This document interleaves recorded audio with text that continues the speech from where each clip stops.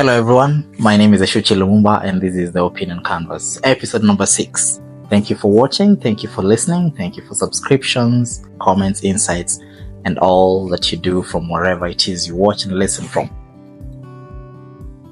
Today's question is, can you be this and that, or do you have to be this or that?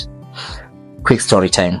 I like making a lot of references from my background because that's where my experience and my opinions are built on. My father is probably the most handy man I ever interacted with.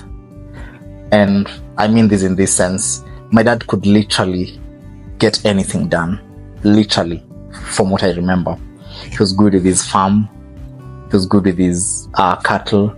My dad was a polished carpenter. My dad did very well with masonry. My dad was a mechanic. In fact, that is for a period of time what he did professionally. My dad was a musician, like a music teacher, music interpreter. And basically, my dad built me on a principle that before you get some help or before you get someone to do something for you, you have to ask yourself, have you tried every humanly possible solution to do this thing before you sought help elsewhere? And this was because he kept telling me, hawa watu wanatengeneza hizi vitu, they're just humans like you, ni binadamu tu kama wewe. So you cannot tell me that you have a small furniture problem and you rush it to the fundi. Have you tried to do this and that? You have this problem, you rush it. Have you tried this and that? And so in his very subtle and unvocal way, he made me believe that I can be everything that I want to be, and that the concept of choosing between this and that was not big for me growing up. I went to campus, and after campus, there is a lecturer friend that I really looked up to. I admired her so much. She was a bit friendlier, so she was approachable in a way. So when I finished campus, I remember approaching her and asking if she could be of help in trying to help me solicit for opportunities here and there, job opportunities. And she was very receptive. So she told me, please just do me a small write-up of what your skills are, what you can do, what you want. It's like, this is my moment. So what do? I cast my net into the ocean and said everything that I possibly could think about. I said, I can teach, I'm a public speaker, I can do music, I can plan events, I'm artistic, I can make cards, I listed things from there to there. And her response, considering the kind of respect and the kind of admiration I had for her, had the ability to break me forever. Because she texted me and she was like, you need to sit down and think about what you really want, because all I see here is a confused person. And for a moment, it got me very doubting of myself. I was like, you know what, maybe she could be right. My dad was not really a professional out there, and so maybe his principles don't apply in the professional world, and she could be right. And that is a bug that ran with me for a very long time in my life, because I would always have the urge to try this, but the world gave you a labeling inclination towards career. Life has a way of making it look like you have to be defined a particular way. It boxes you. Are you a teacher? Are you an engineer? Are you a lawyer? And then you also find these very disapproving quotes, can't be a jack of all trades, nini. And there's also the confusion around what really is a hobby and what do you love doing.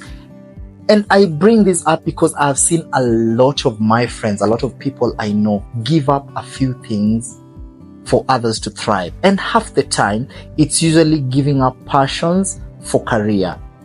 Sometimes people are lucky. Like, honestly, I count myself, because I look at how I approach life and I feel like I've found a way to intertwine my passions and my career. So they intertwine.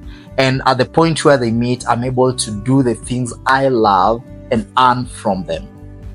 A lot of people have to give up this. So you give up things you love, you give up your hobbies, your passions, things that really bring your heart on fire, and then you go for things that will now put food on the table. It's a society strategy, and this labeling doesn't just begin from careers. It begins, if you ask me, it's a very Western intrusion into the way we approach life. What's your name? What's your maiden name? Even the way you have to be named. You need your 3 names named in a particular way. Your tribe. These things that place you. We need to label you. We need to identify you. So that if we're talking about, okay, teachers stand on this side, engineers stand on this side. My question is, can you be both? And my answer, in my opinion, is you can be everything you want to be. You can totally be everything you want to be. It is very dumbfounding to me when people even instigate conversations that tend to make you believe that you can only have one ability, and that even in the ability, sometimes it has to be God-gifted. You have to be talented in a particular way. If you ask me, talent, hard work, and good tides, or good luck if you want, I would say any day, talent will take maybe 5%. Hard work, and hard work here also strokes with smart work. Hard and smart work will take a chunk of it. Then on a day that you wake up in bed very well and you have good tidings, if these things align, that's how we give birth to successful people. And I've seen a historical recurrence that suggests most successful people actually venture in more than one area. And weirdly, some of their ventures are completely contrasting. So there's no correlation whatsoever. And that brings me to imagine, and it brings me to believe that if you set your head into anything that you want to do, you shouldn't be able, or you shouldn't have to succumb to the limitation. Humans are dynamic. We're fluid people. I've seen people switch careers from this to this overnight, and they're able to do it. Someone started as an engineer, in the course of it decides, I want to be a medical doctor. Someone went to school and studied all the architectural skills that you know out there. They come back and decide, I have to be a musician, or I want to be a musician. And successfully so, they just thrive through it. It tells me that probably our will is more important than what we think we're good at. If your will tells you this is what I want to do, if I feel this is what I want to pursue, I go for it. Now my question is, why does it have to be a choice between this and that? Why do you have to choose between this and that? Because it also brings a push and pull into... I've done a few career talks with youths and maybe high school students, and half the time you realize our system, even educationally, is very skewed in the kind of mindset that they pass over to our children. So our children think that if I am destined to be a doctor, then there is no way that I can bring this along, or I can bring something else along. And so even in their approach to life, it's approached in such a way that this is what I want, and that means I have to give up everything else to get what it is I want. I'll use my own self as an example. I have always picked up on hobbies here and there. And one of my recent appraisals with a boss of mine in one of the areas that I work was, Lumumba, you need to learn how to keep hobbies and keep them there. And her reasoning was, every time I pick up a hobby, I get so invested in the hobby that before time I make it sort of a career. I start pursuing it. But then it hits me later that, this is just probably who I am. This is how passionately I get onto things. And I've picked a lot of hobbies as a grown-up, mostly because as a child, there was a lot of constraint in the things that I could do. For example, I went to schools where you wanted to be an academic guru, then you kept off the field. Sports was for the not very good academically students, and then those who wanted to excel academically needed to stay in class. wengine wakienda uwanjani, you stay in class. So I feel like a lot of, especially my physical abilities, my sporty side was suppressed for quite a bit, and I've just started picking up some of these things as an adult, and I realized every time I picked on something, I just unlocked a new way of living this without having to drop something else. So we can finally, or maybe gradually, end this tiny conversation that makes people look like they have to be on contrasting sides of these conversations.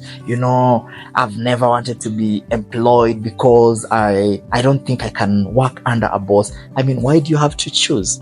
Why don't you be employed and be self-employed at the same time? What's stopping you? Why do you have to choose between one? You can be both. I have to give up being a doctor for me to focus on my passion as an artist. Why do you have to do that? Why not do both? You can be anything that you want to be. My dad proved it. I feel like I am living the proof of that. And my observation of the people around, people that I know, the dynamic people, are people who are just able to do everything. The world shouldn't lie to you. The world just wants to define you in a manner that they love. You meet people these days and you realize it is very inherently in us. You ask someone, so who are you? Blah, blah, blah, blah. So what do you do? Yeah. It's like I just get by. I mean, I do anything that comes forth. I do anything that helps me survive, anything that makes me happy. So exactly, what exactly is it that you do? So what do you do from 9 to 5? You see, that kind of fixation in terms of definition and labeling is what has then deterred a lot of people and inhibited people's dreams of choice. You can be a lot of things, and maybe you want to ask how. I do not know how you can figure that out. I just know how I figured that out. I figured I can be everything and I can juggle around these things if I just found a way around my time, if I just found a way to manage my time, if I just found a way to get around the things that I need to, and be able to allocate a little of my time, a little of my effort, and a little of my focus in all the elements of things that I love. My name is Eshuchi Lumumba, and this is the Opinion Canvas. At this particular point, I am open to inviting people who have stories or insights to share, and therefore, should you be interested in joining me in one of these podcasts, one of these conversations, please feel free to DM me, hit me in one of my social medias, and I'm available for a conversation. Thank you for watching from where you are. This is Eshuchi Lumumba, and this is the Opinion Canvas.